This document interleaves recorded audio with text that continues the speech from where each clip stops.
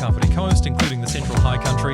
Raining turning to showers and then easing in the afternoon with increasing fine spells. Gisborne to wind it up, it is generally fine, and the odd shower.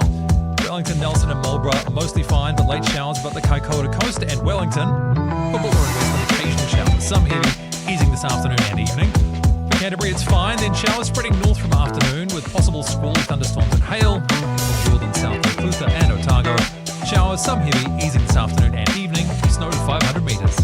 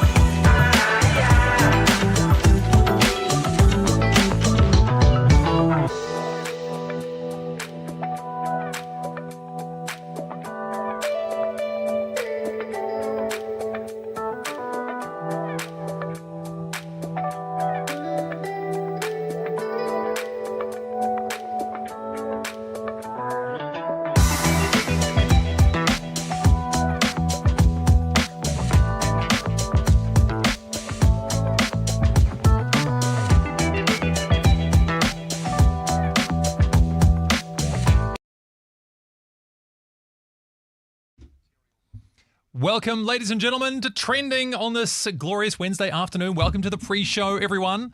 The radio show about to go live in the next 4 minutes or so. But in the meantime, it's just you and I. And let me just say, you look incredible. People don't see what I see, but... Why are you making it weird? I don't know, just because I can. You're making it very weird. Yeah. Speaking of making it weird, Josh Beatty, everybody.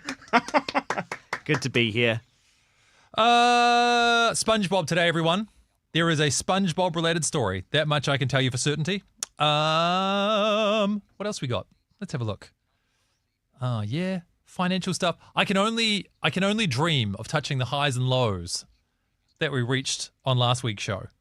Well, yes. Like that had some light and shade. Yeah. Let's just say we needed some counselling after the first 20 minutes. It was rather dire. Yeah, it was, look, it was whatever stories are trending. Well, that is true. That is what the show is about, so it's not really up to us. Exactly. The first half was, not your greatest news, but then the second half was a little bit jovial, I should say. That is true. We managed to definitely come in hot on a couple of topics. I think my favourite was the how is Māori language like Christmas? And if you missed it, well, you'll just never know how those two are related. I'll probably revisit that idea at some point in the future because I think the argument still holds. I mean, you have a moment to detail it now. Do you want me to do it now? Should I do it now? Well, you can't. I mean, I can't. Yeah, okay, fair. Give it to those who are here for that's the free true. show. That's why we as reward a little you. Bit of, yeah. All right. Okay. So the idea was just this, right? That because it was to do with the use of Te Reo and the fact that some people who are making use of it are not making the best use of it, and blah blah blah. How do we respond to all this sort of stuff? And I contrasted it for those of us who are of the Christian faith with the fact that we as Christians have to accept that as our faith has become more widely accepted, many people are going to take on board some of the celebrations and traditions without fully understanding what they're about. For example, Easter and Christmas time, right? And when that happens, you have two options because many people only darken the door of a church at Christmas or Easter time. And you can either slap them around the ears when they come in and say, oh, well, fitting that you turn up on a day like today, but you don't really care about Christianity at all. And I can promise you, you will not endear them to your faith in any way, shape or form. However, if you say, hey, look, for whatever reason you come in today, we're glad to see you here.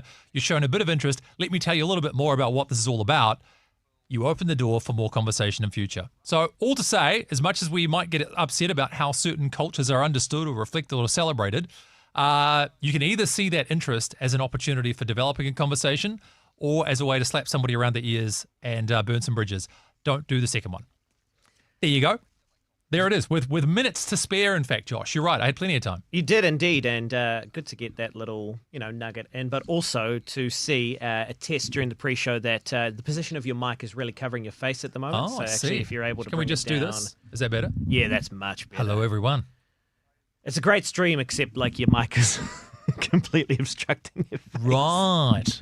That's weird. I don't normally do that. I wonder what was going on there. No, well, sometimes that mic has a mind of its own and does rise up. Oh, well, I also did get the technical guys in to sort out the screw on this because for a while it was giving me mic droop, which was, you'd start a conversation and suddenly you'd have to do this, which is also not a good look. Say hello if you're in the chat, by the way. Would love to hear from you at the moment. So either on the Facebooks or the YouTubes, feel free to chime in. Let us know where in the country you're joining us from today as well. Is this a highlight of your week? Do you block out the time just to join us, either on the radio or... We know you do. Yeah, exactly, right? I mean, of course you do. So we're about 1 minute away now, by the way. So we'll start to get a few things ready on this side, but... Dun, dun, dun, dun, dun. Cool. Buttons in appropriate places. Ooh, need to go to our trending hotkey bank. So a hotkey bank, in case you're wondering, it's where all our little sound effects and stings and all that kind of stuff live.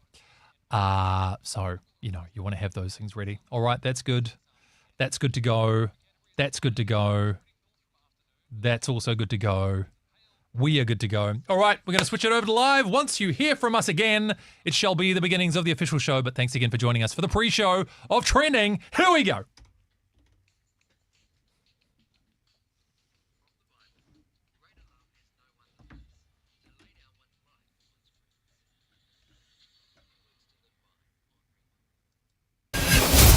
Live on air and online. Trending with Andrew Curtis. No mai, hi to mai, everybody. Welcome to Trending for this Wednesday, the 9th of October, 2024.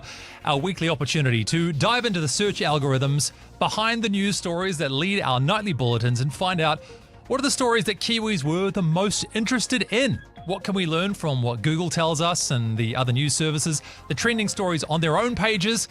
Does it provide a bit of insight in terms of what genuinely interests us versus maybe the narrative that we're being told we should follow along to? By those people who sit in basements and plot certain things. You know the ones. Jokes aside, though, we are looking forward to having your company today. We're going to look through the most popular news stories according to the Google search trends, but I would never attempt to do this alone. Well, that's not true, I have, but I prefer not to. So Josh Beatty joins me once again. It is good to be back once again. You've done it on your own, and it was... Well, it was okay, but right. I do much prefer it when you're here. Well, I'm glad to be back. Once again for Trending. I'm noticing that today the camera doesn't seem to want to... It's like a Wilson from Home Improvement situation. Oh, really? Is it too low? No, the camera won't... It's not cutting to my camera, so you've either got you or you've got the wide, which can see the back of my head. Oh. Well, I mean, how's your hairline looking? It's not bad, actually. Is it all right? I did get the haircut that I mentioned last week that Yeah. I needed to get. Because that's the kind of thing that can sneak up on you. Look, I'm going to be honest with you. I've still got pretty good coverage, but I've certainly noticed as I have progressed greater through my 40s, definitely not quite the density of coverage Oh, for sure. that I once had. Yeah. What do you mean, oh, for sure? That's where you go, no! I mean, no, Andrew, not of course. you look How amazing. dare you? Look, if you want to leave a comment as to how amazing Andrew looks to bolster his self-esteem, of course, you've got to be watching on the stream. Leave a comment below. But hey, look, you can still get in touch and, just in good faith, text in to say, Andrew, you're looking great, 8168, keyword Rima. So, with all that self-aggrandizement out of the way, let's take a look at our most popular news stories from the week that was. Trending with Andrew Curtis. And so, to start at the very beginning, which I'm reliably informed is a very good place to start. Thank you, Julie Andrews. Today, we're actually going to start with a lead from one of our most popular news services in the country, of course, stuff.co.nz, one of the few remaining bastions of news and current affairs in Aotearoa. Yeah, how long will it last? Well, this is right, isn't it? People are very concerned. You might have even heard the news in the last day or two as well about what was going on at TVNZ and then looking to cut back on the One News website. So very soon, actually, we'll be struggling to find news services from New Zealand to pull from for this show. Which would... It's a second It's order a story, consequence. Yeah, I mean, it's a story in and of itself that actually isn't technically in the trends, but No. I mean, it would affect trending by all means. It's kind of a bit sad in some senses too that there seems to be a lack of goodwill, shall we say, directed to much of New Zealand news media from a large proportion of the viewing and listening public. But of course, not here on Trending. We're all good vibes, positivity, and the love of the Lord that radiates from our hearts into your homes. Amen. Amen to that. So with all that said, what was popular on stuff.co.nz this week? Well, we're starting off with a story that was in fact number 3 at one point. It was number 1 on another day. But of course, we're talking about mortgages, that evergreen topic. Are the rates going up? Are they going down? Apparently, there's actually going to be an announcement today Oh. indicating that it may go down 0.5 basis points. Oh my gosh. Or 0.75 basis points. Why they decided to use basis points instead of percent, I don't know. But nevertheless, let's see what we can learn from stuff.co.nz and see what they have to say about the OCR. This was the number 3 ranked news story on the website this week. With 1 week until the next official cash rate update, economists are predicting an even bigger rates cut than in August. It triggered a wave of interest rate reductions, and that relief is reflected in ANZ's latest business survey, showing confidence is starting to rebound. Here's Zane Small. Curious onlookers stop to observe a colourful installation in Auckland's CBD. It's one of several exhibitions supported by Auckland Council to mark Art Week. I live on Waiheke Island, so to me, how CBD looks, it's very important because every day I have to come here. It's hoped the pop of colour will attract visitors to the city because for university student Dylan, the CBD's lost its mojo. There's not much going on. Everything, you go for a coffee, it's about $7. There's no denying that it's been a difficult period in terms of the downturn. Discretionary spending's been pulled back by households because of higher interest rates, and the city centre is quite exposed to that. The Reserve Bank's 25 basis point rates cut in August, the first one in years, has sparked optimism. You can see here how business sentiment has risen quite sharply in ANZ's latest confidence survey. It shows retailers recorded the largest improvement. And you only need to look at the crowds that gathered 2 weeks ago at Auckland's newest shopping centre, Manawa Bay, near the airport. I think we're seeing some initial shoots in terms of confidence because of that easing cycle, and it'll be just a matter of time before interest rates come down. How quickly, we get to see. That all hangs on the Reserve Bank's decision next week, and the uptick in confidence may be taken into consideration. On the more hawkish side, some economists suggest it could mean a more gradual easing of the official cash rate, especially considering the lingering strength of domestic inflation, bolstered by higher insurance premiums and council rates.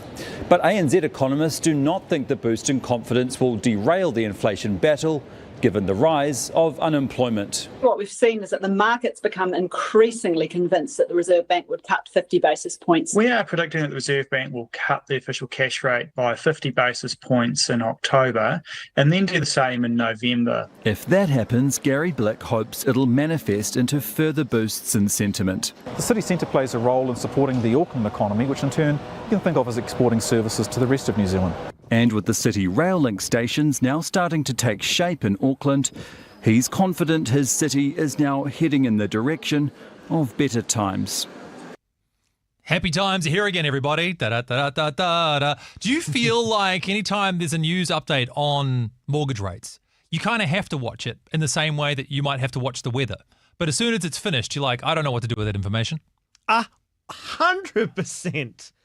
I mean, they even began with, the connection to the CBD and Art Week. And I was wondering where they were going with that too, by the way. When I pre-watched that video, I was like, oh, have they misedited the video? Yeah, put the wrong clip into the video, to the story. Because it's trying to attach it, trying to give it human heart that we connect to and understand. Yeah. It's a tacit acknowledgement that nobody really cares what these people say. Is it fair? Look, if I'm wrong about it, then again, that's the beauty of the show. You can chime in at any point and let me know what I'm waving a pen as well, by the way, today. So that's how you know I'm taking this seriously. But you can get in touch and let us know when it comes to, the impact of the OCR and mortgage rates and so on and so forth. Is this a big thing for you? How do you feel when you see stories like that? I mean, my initial reaction is, as you say, I was surprised at least. You know what? I was going to say that it's just to switch off. Yep. I don't really receive any helpful information.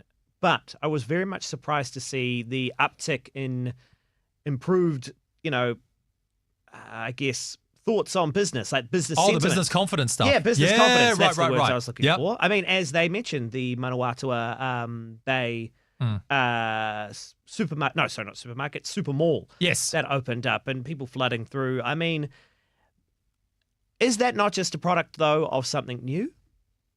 Is that actually something to point to in terms of business confidence? So is this some kind of false flag operation, is what you're saying? That Well, this is the way when of... Costco opened, Yep, we were there in droves. sure. Anything new gets a line down the block. How long does it last? Exactly right. If you've been there, have you been to Manawa Bay or any other, I don't know, new mall openings around the country? Is there one in your part of town? Do you feel more confident? These are all the questions we have for you today. Yeah. Get in touch, 8168, keyword Rema. Or, of course, if you are watching on the stream, good to have you a part of it. Just leave a little comment below. Trending with Andrew Curtis. Had that horrible moment where I clicked on the thing and nothing happened. You just get this awkward pause, being like, oh, this is weird. Radio What silence happens now? is always just the worst. That's why you need to do a stream instead. You distract people with lights and movement. So we've done mortgages now. Let's go to entertainment, and this is delicious. Joker 2 is the number 13 news story in the country over the last week. And this, of course, regarding the film with Joaquin Phoenix. The original film made a massive splash when it first came out. A different take on the Joker from the Batman franchise, but told with a very much more, I guess, realism-focused lens. Yeah, set more so in a world that we would probably connect to than rather your dark Arkham. Well, no Batman for a start. Yes. Like there's no man in tights running around and punching bad guys in the night. Well, actually, no, quite to that point, nobody there to save the day, shall we say. Yeah, exactly. So, of course, the movie did exceptionally well. And naturally, living in the age as we do of at a complete dearth of creativity in Hollywood, they thought, come up with new IP, come up with a sequel. Sequel it is. Now, this one also has an alternative title, right? Do you want to give an attempt? No, not really. Where even is it? I can't find... Well, I'll tell you what, I'll give you some time to track it down, because in the meantime, we want to give you a bit of an insight into the Joker 2 and its, somewhat dire reception. Let's just say it's failing to live up to the hype. And this is coming to you from The Independent in the UK, related to the story that was, in fact, the number 13 most popular news story in the country. We're talking about Joker 2. Joker 2, the highly anticipated sequel to Todd Phillips' 2019 film, is facing unexpected challenges. Released on October 4th, Folie à Deux stars Joaquin Phoenix and Lady Gaga. However, Folie à deux. That's what it is. Folie à deux. Folie à deux. Adieu. She said adieu. The Honestly. reason I was struggling to find it is because a lot of the articles and outlets that are promoting it are not using the... Is there any reason why there's French associated with this, by the way? I don't know. It's not based in France. I haven't seen it. It's not based. Can you imagine if it was? They And just yeah. upended it and put it in Paris. You're like, what? I mean, that would have been a good prank to play on everyone else. Anyway, sorry, more about their story first, and then we'll come back with our riffs and thoughts about it too. early reviews have been mixed, with a Rotten Tomatoes score of just 33%. The film made history for the wrong reasons, earning a D Cinema score, the lowest for a Hollywood comic book movie. Joker 2's low scores are impacting its box office performance. Initially predicted to earn between $50 million to $60 million, it's now projected to launch below $50 million. Hold on a second. Does this sound like it was voiced by AI? I think it could be. It sounds like it is. Like, that sounds very much like an AI. I know there's been a lot of news agencies around the world, something just to keep your eyes and ears open for too, by the way, as you look at other news coverage and content that's produced around the world. They don't want to have talent on hand to specifically voice or present stuff for them. So instead you get this kind of thing. This, I mean, let me know your thoughts in the chat or maybe on the text right now. But does this sound like AI to you? Sounds like it to me. It's not the easiest to listen to either. No, not at all. Is it? Yeah. In stark contrast, the original Joker debuted with $96.2 million, eventually reaching $1 billion. Critics are divided. The New York Times called it a half-baked, half-hearted musical, while Audrey Fox from Looper described it as a chaotic, profoundly stupid mess. Yet Jeffrey McNabb from The Independent praised its psychological depth and Phoenix's stirring performance. Couple of things to take from all this. If you're watching the stream, the last shot you would have seen of Lady Gaga there would have been a reminder of why you should never dye your eyebrows blonde. Don't do it. People of New Zealand, my advice to you, if you will take it from this humble man who has very little to say about the fashion mores of the rest of the world, don't dye the eyebrows blonde. Just not a good idea. Do you remember when Chris Hemsworth did it for the first Thor? Oh, yeah. It looks so weird. Doesn't look right. But besides all that, musical, Josh? Yes. So, it's a musical. Well, it's not a musical, but, of course, Lady Gaga is also featured quite highly. I mean, actually, featured probably is the wrong word. She is a co-star to Joaquin Phoenix. I don't know. Again, haven't seen the movie. It's not endeared me to do so with the reviews. Right. But could be playing a Harley Quinn. Yeah, that's my understanding as well. Exactly. But she is a very talented singer, and so unsurprising that probably features in the film. But maybe that was part of her contract. They said, I'll be in the movie, but I have to be able to sing a song. Well, I imagine if you get Gaga. True. It's a chicken and the egg scenario then, isn't it? It's like, do you get the song and then Gaga, or do you get Gaga then the song? Which came first, the Gaga or the song? That's the question. We are asking New Zealand right now. But, well, regardless, you got Gaga, she sung, and it's not produced. She was recently, well, maybe not recently, but one of her big sort of breaks in acting was... Star is Born. Thank you, yes. You're welcome. With, the guy from... Oh, look, if I get this as well before you're going to get a good slap. Yeah. Come on. Come on, you can do it. Wait, Limitless? Limitless was the movie that he was in? Yeah, come on. You can do it. Guy. I don't know. I can't remember. Problem is I'm actually stalling because I can't remember his name either.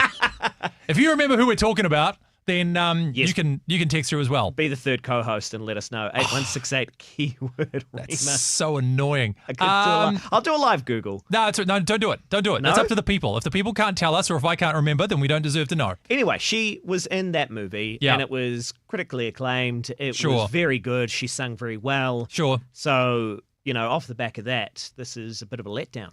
Yeah, and apparently, too, the ending people are very unhappy about. I did Google what the ending was because I have no intention of seeing the film. Let's just say when it comes to the treatment of the hero, I say in inverted quotes for those of you who are not watching. But the way you treat the hero, very important, especially if this is the second film that this hero has existed. People have feelings about this hero, how they want them to, I don't know. Continue. or stroll off into the sunset or whatever the heck it might be. Let's just say the way that they debase the hero at the end of this film is enough to make a lot of people just walk away from the movie unhappy as well. So they've basically shown everybody how to completely flush the value of your intellectual property down the toilet. There's no way they can be a third film based on the way they have ended this. So all to say, it matters. It matters how you treat your leading characters. And also, Josh, it matters who was starring with Lady Gaga in A Star Is Born. Can you remember yet? No, and nobody's got in touch. Trending with Andrew Curtis. That'll be the running gag for the course of the day, won't it? At some point, I'm going to burst out with that name and we can all celebrate together. But in the meantime... I can see his face too. Oh, so can I. And there was this whole meme as well about how supportive he was. And Gaga was interviewed about him many, many times. Oh my gosh. Like he's right there. Who is this actor? He can speak French as well, by the way. That's another thing about him that's quite impressive. And he lowered his voice for that role in A Star Is Born. Yeah. So all to say, can't remember his name. So let's move on then. Probably something that does require a rather substantial change in tone right now. But two terms that were probably interconnected over the course of the last week were coming in at number 9 and number 15. And in fact, one of these we actually reported on towards the end of our show last week, because it was announced that Iran had launched an attack on Israel. There had been a multiple missile attack, which then Iran even mocked Israel for the inability of their Iron Dome to protect the country from this large amount of missiles. However, in terms of casualties, it turned out the only casualty that was reported was a man in Gaza who was actually killed by a missile basically falling from an impact point and hitting him as a pedestrian on the street. So a lot of missiles, a lot of property damage, not a great loss of life, however. Do you read anything into, and honestly it could be nothing, but I'm interested in the fact that Israel is 15 on the trending results. Yep. And Iran is up at number 9. Ooh. So when we hear about this news and we go to Google, we're more so putting in Iran rather than Israel as the data would show. Is that anything? That's a great... Well, I mean, this is what's fascinating about this too, isn't it? And I suppose we have to be somewhat careful in our role to maybe not read too far between the lines as well. But look, we'd love to know your thoughts on this one as well. So feel free to get in touch because, as we've said, Iran coming in at number 9, Israel at number 15. Yeah, feel free to leave a comment below if you are watching. By the way, thank you to the person who got in touch to say Bradley Cooper. Ah! Yes. But B was not coming to mind. No, it wasn't at all. I kept thinking of Matthew McConaughey. Yeah, I was getting a lot of C's because we were talking about Chris Hemsworth, and I was like, nah. Yeah, no, I just had Matthew McConaughey. No, shush. It's Matthew McConaughey. No, it's not. Now we've got to pivot back to talking about Israel and Iran. Yeah, because naturally it's the easiest of bedfellows, right? Sharp pivots. In the meantime, then, why don't we take a break from our thoughts on this to go to the White House and their announcement as well, reacting to the Iran missile attack against Israel. Of course, this was last Wednesday. It did make Iran the number 9 trending news story throughout the course of last week, but Israel itself also number 15. This is what the White House had to say. But the White House has started its briefing. Let's listen to Jake Sullivan. It occurred earlier today. I can take just a few questions because this is an ongoing situation and I need to get back to my desk.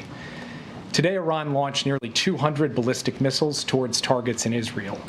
The United States military coordinated closely with the Israeli Defense Forces to help defend Israel against this attack. U.S. naval destroyers joined Israeli air defense units in firing interceptors to shoot down inbound missiles. President Biden and Vice President Harris monitored the attack and the response from the White House Situation Room, joined in person and remotely by their national security team. We are still working with the IDF and the authorities in Israel to assess the impact of the attack. But at this time, and I stress at this time, we do not know of any deaths in Israel. We are tracking the reported death of a Palestinian civilian in Jericho in the West Bank. We do not know of any damage to aircraft or strategic military assets in Israel. In short, based on what we know at this point, this attack appears to have been defeated and ineffective. This was first and foremost the result of the professionalism of the IDF, but in no small part because of the skilled work of the U.S. military and meticulous joint planning in anticipation of the attack. We are also aware of reports of a terrorist attack in Jaffa that took the lives of a number of Israeli civilians and wounded several others today. Our condolences go out to the families of the victims and to the family of the Palestinian civilian in Jericho. Obviously, my update here is based on early reports, and we reserve the right to amend and adjust as necessary as we gather more information. The word fog of war was invented for a situation like this. This is a fluid situation. We will consult with the Israelis on next steps in terms of the response and how to deal with what Iran has just done, and we will continue to monitor for further threats and attacks from Iran and its proxies. We are particularly focused on protecting U.S. service members in the region. And with that, I'll take just a few questions. Yeah.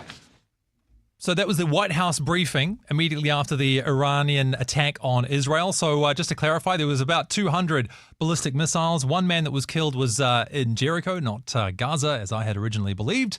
But other than that, they're saying that the missile attack itself was ineffective. What will now the repercussions be for Iran? What will the repercussions be for the wider economic community?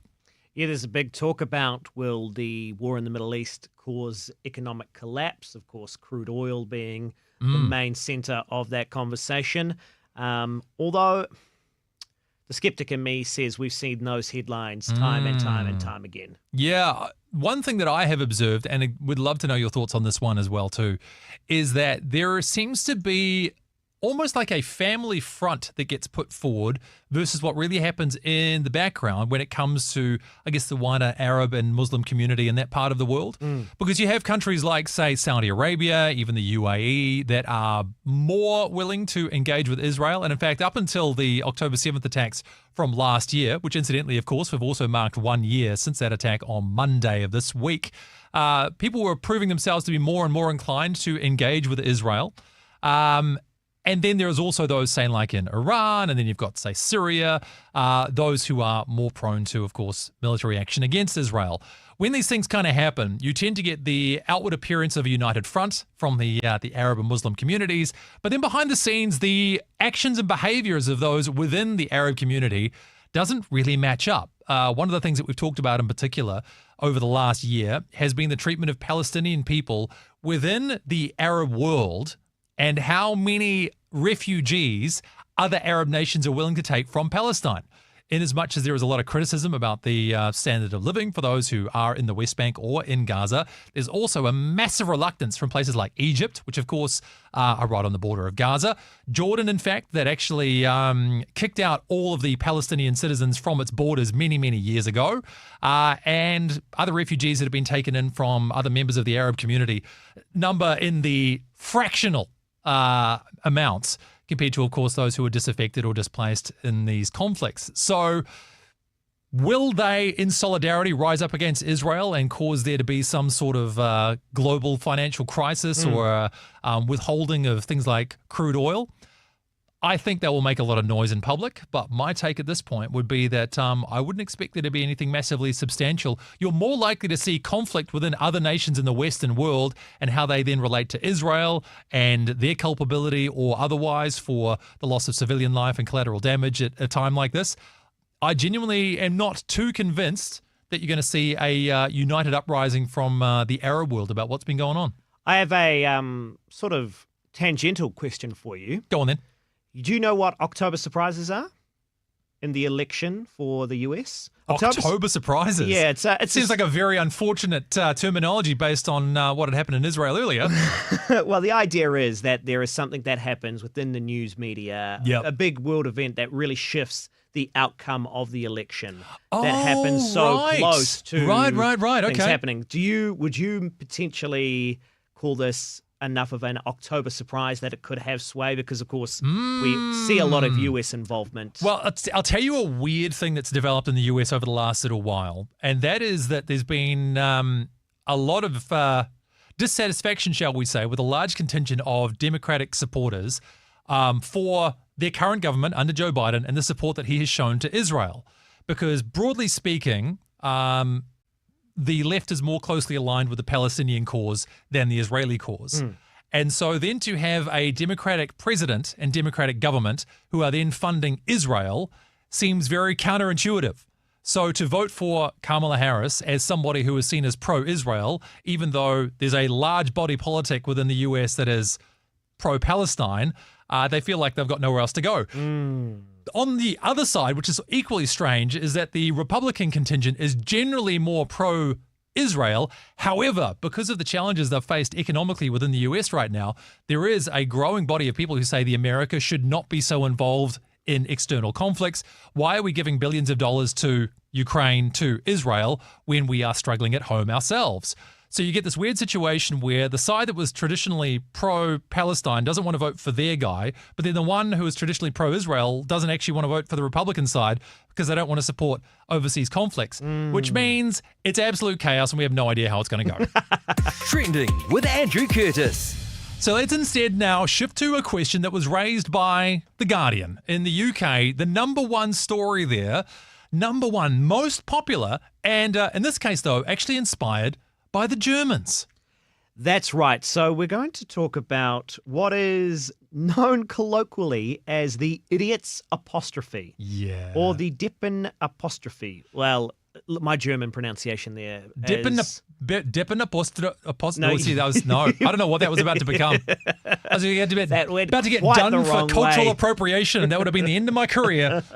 So what is the idiot's apostrophe? Okay, so the idiot's apostrophe, in German, typically, you don't need an apostrophe to reference possession. So here in English, of course, apostrophe S it's somebody's possession. So, oh, right. So I'd say this is Josh's pen, and I'd write it Josh apostrophe S. Exactly. Okay, yeah. Like if you're in Germany, you might be walking down the road, and you might see Rosie's bar. Right, okay. And Rosie's bar would be apostrophe for Rosie, Rosie's. Yeah. However, that is not needed in German, but recently the official body, I suppose, those in charge of the German language have made it permissible. They've made it part of their language, and the German outcry is quite large due to the fact that basically they believe the English language is too much influencing German. Can we just say the irony of having grammar Nazis for German?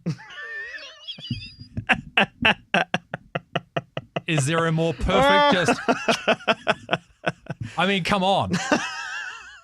Interesting that we don't have this kind of thing in English too, by the way, because I'm aware the French have got something like this too. There's like an official French language, that's how you say it in French, for the use of the French language and then how it gets adapted to modern pressures and so on. They are, by the way, in German, or in Germany, I should say, the Council for German Orthography.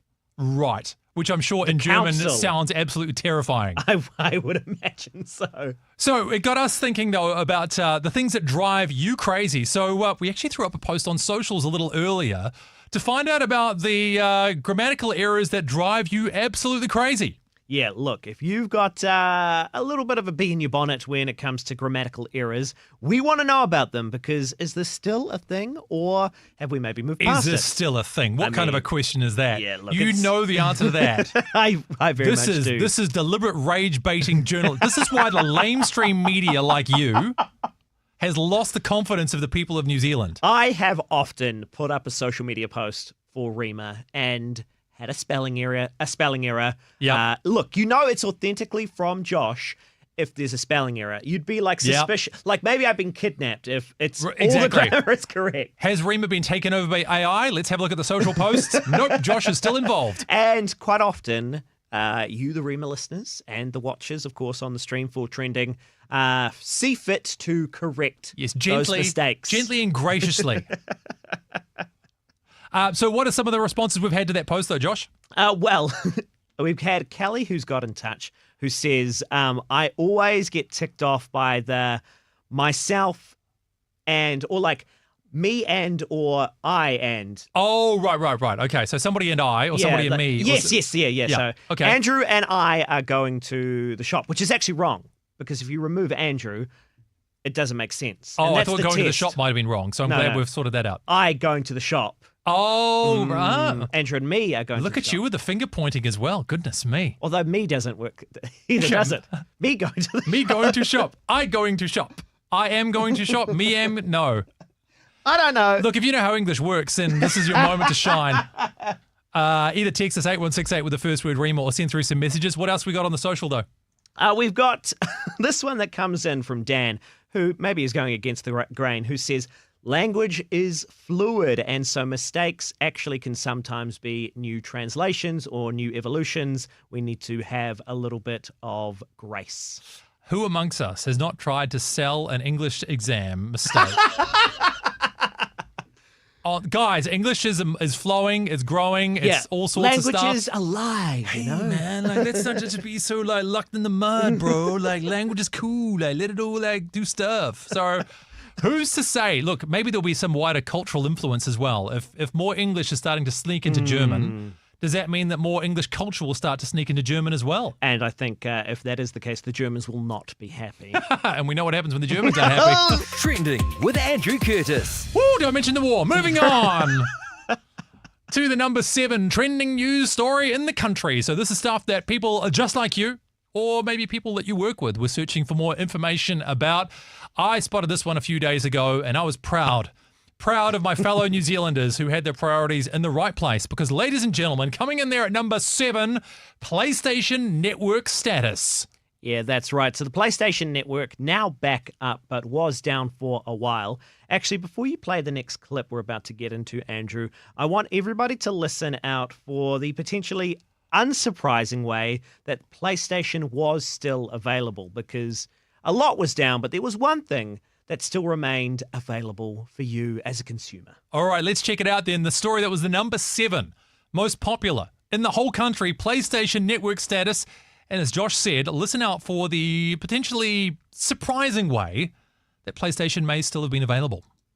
How's it going, everyone? So yes, this is making the rounds a lot. PlayStation Network is down, and I have dug up the PlayStation status page where they have a bit of an update, and you guys, I am howling looking at this page, and I think you guys might know why, but they do have indications on various things having issues. I'm hearing from other people about some issues. I'll talk about that. These are anecdotal experiences, so your experiences might be totally different, and again, I don't think this is a PlayStation Network 2011 outage situation. I feel like PSN has learned from that situation, but I don't know. Like, sometimes I don't know how these things transpire as far as network outages like this. But on the PlayStation Network page, status.playstation.com, we do have some details. Account management, gaming and social, PlayStation Video, PlayStation Store, PlayStation Direct, which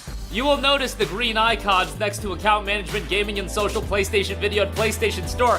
They very much will let you know that PlayStation Direct, baby, is still working. Did you not get your 30th anniversary PlayStation 5 Pro console? Well, you can go on PlayStation Direct and look at the sold out icons, but you can't get on PSN. I just find this absolutely hysterical that they do. Okay, get out of here. PlayStation repairs. Thankfully, Sony does, I do feel like, make a pretty good box, and I don't need to get repaired all the time. But yes, I do find this absolutely hilarious that they have PlayStation Direct listed here. Just from an optics standpoint, PS Direct was kind of a crap show with the PS anniversary, but nevertheless, let's click the details page. I don't think we need any more details on that one. So just to fill in the gaps then, Josh, what's the deal with PlayStation Direct, and why is that so meme-worthy? Well, basically, PlayStation Direct is your opportunity to buy more PlayStation products. Oh, I see. So even when the product doesn't work, you can still buy more PlayStations. Yeah. Of all the things that were still available from the PlayStation Network, Right. everything else down, the ability to actually sign in, play your games, etc. But you could still get, as the gentleman there from YouTube mentioned, your new PlayStation 5 Pro. Although, actually, in saying that, you couldn't. Because all you could do is click through to the one working tab and see sold out. So good to know, I suppose. How long was this thing out for in the end? Do we know? It was a couple of days, I believe. Woo! Yeah, and so certainly we can understand why it rose in the Google Trends, because many people were going to Google and wondering what is going on. Is this a specifically me issue, or is this, as it was, an outage? Meanwhile, PC Master Race unaffected as always. Let that be a lesson to all of you. Trending with Andrew Curtis. And now for a story that I'm relieved that nobody was harmed in relation to this story. Because if they were, it would be much harder to make fun of. But because everyone got off okay, we can now sit back and just relax. Enjoy the absolute goldmine of comedic potential found with the number 5 news story in the country over the last week. Ladies and gentlemen, the HMNZS Manawanui. Yes, so it would be a surprise to both of us if you hadn't already heard about this, but, well, it ran aground on a reef. Yeah, which is bad enough, but when you realise the whole purpose of this boat is to chart reefs. It's not its whole purpose, but it's certainly one of its big purposes. It's funnier if it's its whole purpose, Josh. Well, sorry. No, we can't promote misinformation here on Rema, so you're right. One of its... all to say, though, the fact that this boat ran... Do you call it running aground? I mean, I guess it's technically ground, Surely, isn't it? I mean, what else would you call it? I don't know. Just beached? Well, I don't know. Beached airs, bro. Oh, no. Oh, beached airs. So that was the sound the boat made as it went under the water. But before we riff on this one, we'll play this story from One News while we still can, by the way, because, I mean, let's be honest, One News maybe not long for this world at this rate as well. Going the same way of the Manawanui. Here's their report on what had happened with this boat in Samoa. So what now for the stricken Manawanui? One salvage expert says it'll be a tough job bringing the multi-purpose support vessel back to the surface, and there's a lot to consider before any decisions are made, as Nicole Bremner reports. Kia ora and welcome to HMNZS Manawanui, the newest warship to join the fleet of the Royal New Zealand Navy. And from the get-go, Manawanui was a busy ship. Missions ranging from a multinational task force on a hunt near the equator for unexploded military hardware on the sea floor, to cyclone relief, ferrying much-needed supplies to Gisborne when Cyclone Gabrielle struck last March. Now the once trusty vessel lies underwater here, and salvaging her may not be an easy task, experts have told One News. The main things are the depth that the ship lies in and the weather conditions. Those are the biggest factors. The expert, who doesn't want to be identified, worked on the Rena salvage operation near Tauranga in 2011 and recently helped float the grounded sand barge Manaho near Westport. He's offered to help in Samoa too. And all of the diving that I've done around Pacific Islands, etc., I suspect that that's probably very steep where it is, and it may now be lying in quite deep water. A dire situation for the vessel previously known as the Edifon, who once wore the bright colours of a Norwegian oil field supply ship. Bought by our Navy in 2018 and upgraded for multiple naval capabilities, she was touted as a much-needed asset. The fact that you'll be able to launch boats from it, the fact that you'll be able to carry 40-foot containers on it, the fact that you'll be able to land a helicopter on the front actually gives us a capability that New Zealand has not enjoyed in the past. Amid so many questions over its current predicament, the Navy says there were no indications of a problem. Manawanui just come back from a deployment. They do a maintenance period and before they get them ready before they deploy again. Top brass isn't commenting further as the future of a vessel with so much promise is discussed out of sight. Nicole Bremner, One News. So goodbye to the Manawanui. Moment silence, everybody. No, the laughing undermines the moment silence, Josh. What are you doing? Sorry. You should also hear Joseph's comment. Oh, yeah, go on. He's just got in touch via the stream. Thanks for watching, by the way, mate. I'm fairly certain it's in relation to the story. Too many beersies, mate. Well, as far as we understand, that was not a part of Well, we can issue. neither confirm nor deny, though, at this point, can we? I mean, there may well have to be some sort of an investigation into what happened and how this boat hit a reef and sunk when part of its job is to find reefs not to hit. But nevertheless, amazingly enough, though, due to the wonders of modern technology, of course, people often remark how convenient it can be that even during an emergency or a disaster, because of the prevalence of cell phones and portable video recordings, we're actually able to bring you footage from these events as they happen. And Josh, I understand that's the case for this disaster as well. Yeah, this is why you've got to be watching on the stream, by the way, but we'll play you the audio. This is a moment where the ship itself hit the reef. Just take a listen and watch this. Keep going. You're good. You're good. You're good. And stop.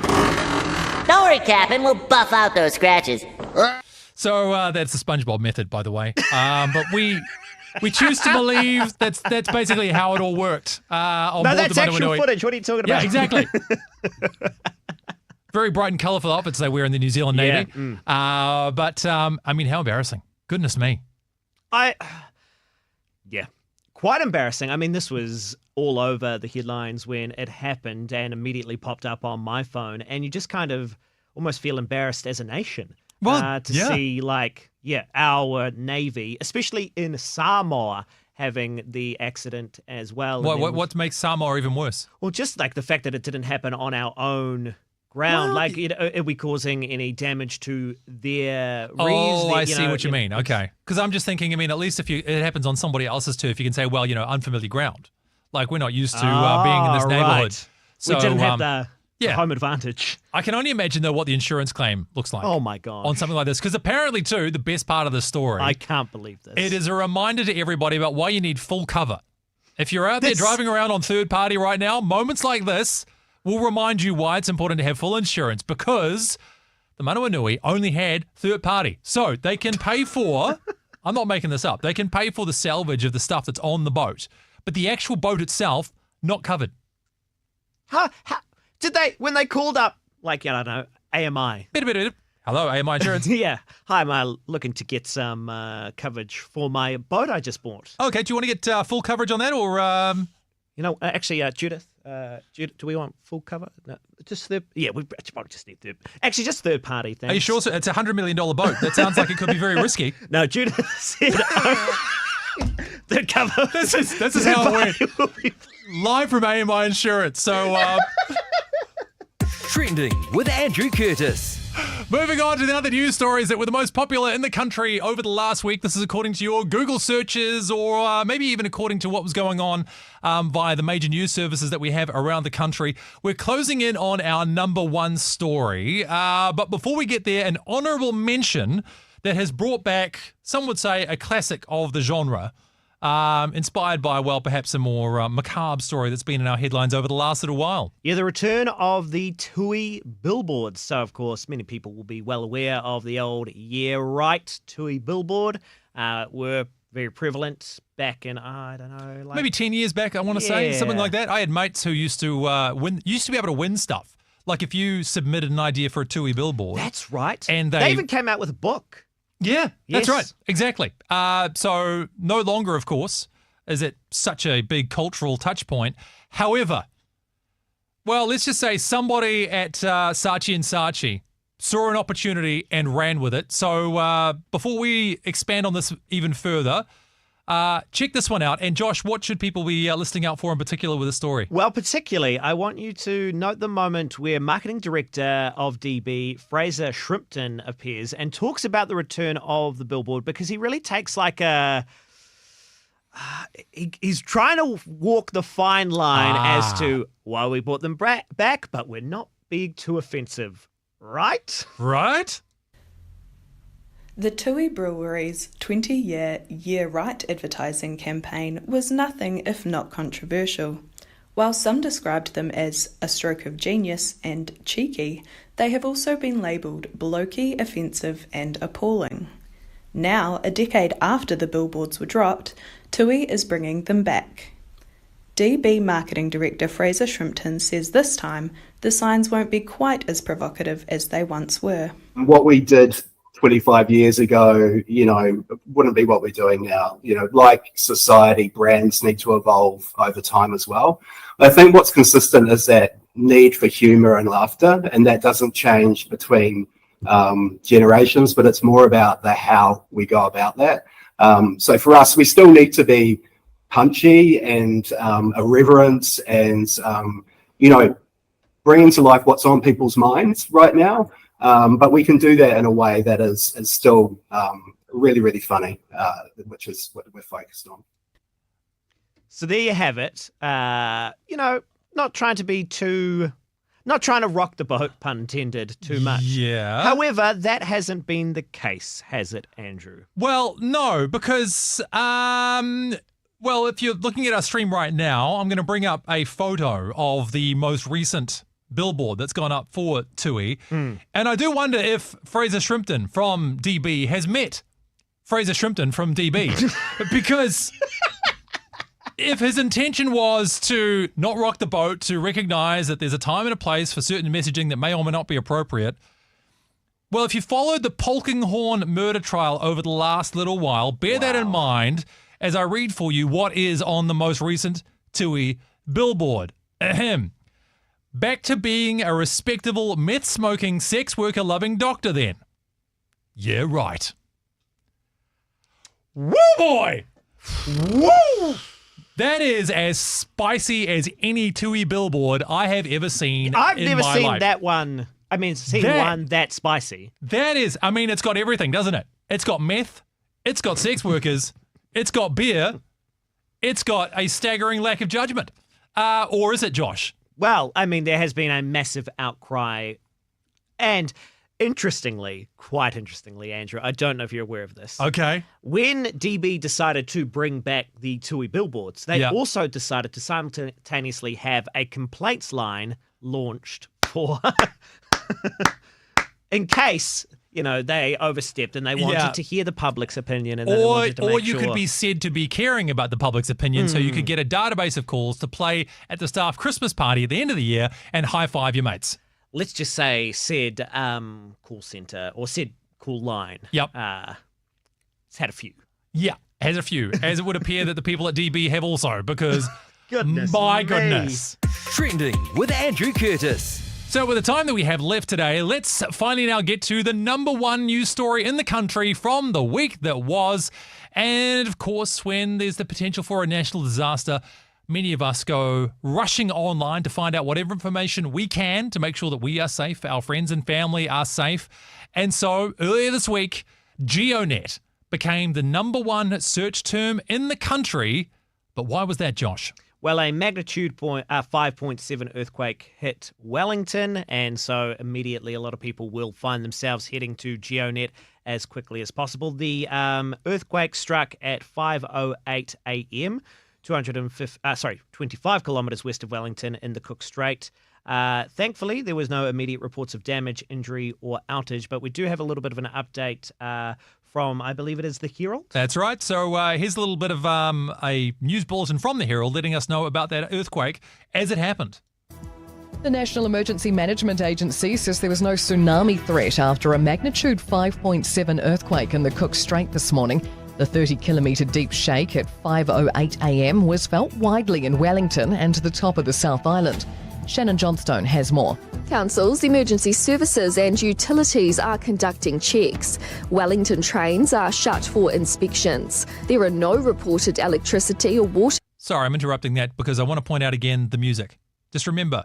You remember how we talked about this? Always be wary of music playing beneath a news story. What's it trying to tell you?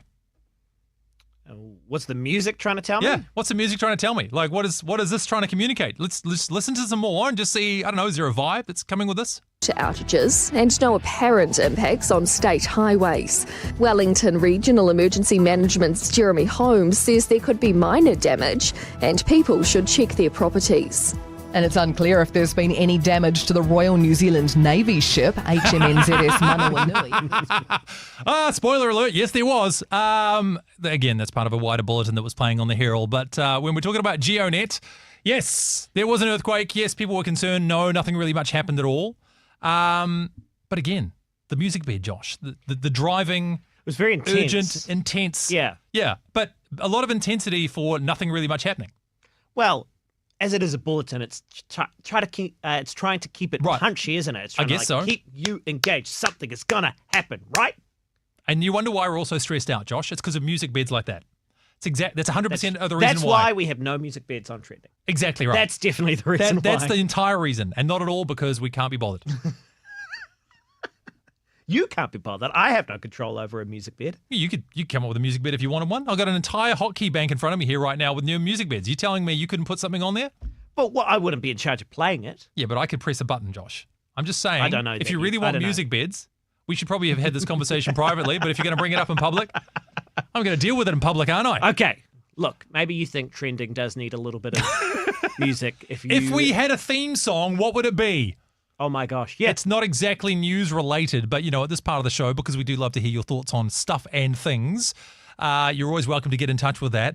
And there's not really a heck of much more to this story, though, in terms of expanding on why it might have been so popular. It was just the fact that, again, there was an earthquake in Wellington and people wanted to know, does it affect me in any way? Yeah, absolutely. And that's why GeoNet was #1 trending in the country over the week that was, which makes a lot of sense. People going to Google, looking for GeoNet, wanting updates. Exactly. So with the moments that we have remaining then, why don't we take a look at what's going on this Wednesday? And with the 2 or 3 minutes we have before we hit the headlines.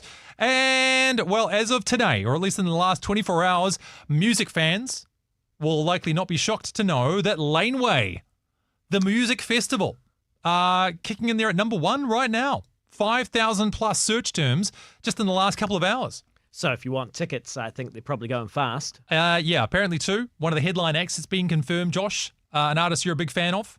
Yeah? Yep, Charlie XCX. Oh. With that love song. Charlie X. She has that song that goes, start me off. Yeah, music and stuff. Well, copyright. We that's right. Yeah, we don't need copyright yes. struck. Also, though, I don't exactly. Oh no, sorry, I'm reading between the lines here, but Florida is actually joint contender for #1. It's also got around 5,000 searches just today. But of course, that's to do with the hurricanes and such that are going on in the USA right now. Right. And US authorities embarking on the eternally futile attempts to get people from the path of hurricanes to move. Well, isn't it just the way? Every time they're like, well, this blade's going to come through and bulldoze your whole community. Nope, we're going to stay. Will Hurricane Helene be that October surprise, as we talked about earlier? Yeah. A lot of people interested in the OCR announcement today. Now, of course, we already had a story from earlier in the week talking about the official cash rate, but I believe today is when the announcement actually takes place, and it is confirmed probably to be a 0.5% cut. For some reason, we say 50 basis points because nerds. That's why. Look, we probably don't have enough time, but off air, would you be able to explain to me what even a basis point is? It's just a fancy way of talking about a percentage point in different language. Oh, okay. So if you say 50 basis points, you mean 0.5%. That's all it is. 0.5. Okay. Yeah. So instead of saying 100 basis points is 1%. 1%. Exactly. So if you say they're going to cut the base rate by 25 basis points, you mean 25 basis points, 25%? Yeah, if I say no, 2.5. Yes. 2.5? There you go. No, 0.25. Yeah, I was about 0.25. to say 0.25. Wait a minute. This is why we're not an economic show, everybody. Don't put yourself under pressure on the spot. You might come up. I said literally, tell me off air. And yet this is a live show. So that's not how we roll. Thank you to everybody who's got in touch with us as well today. Josh, I think we actually had a text that came through as well around one of our earlier conversation points. Oh, yes, indeed we did. Speaking specifically on grammar gripes, my gripe is accommodation with one M and I before E, but then the word receive. There's been nothing better in my life to appreciate the quirks of English than marrying somebody for whom English is their second language and having to explain back to them why certain things about English are the way they are. Oh.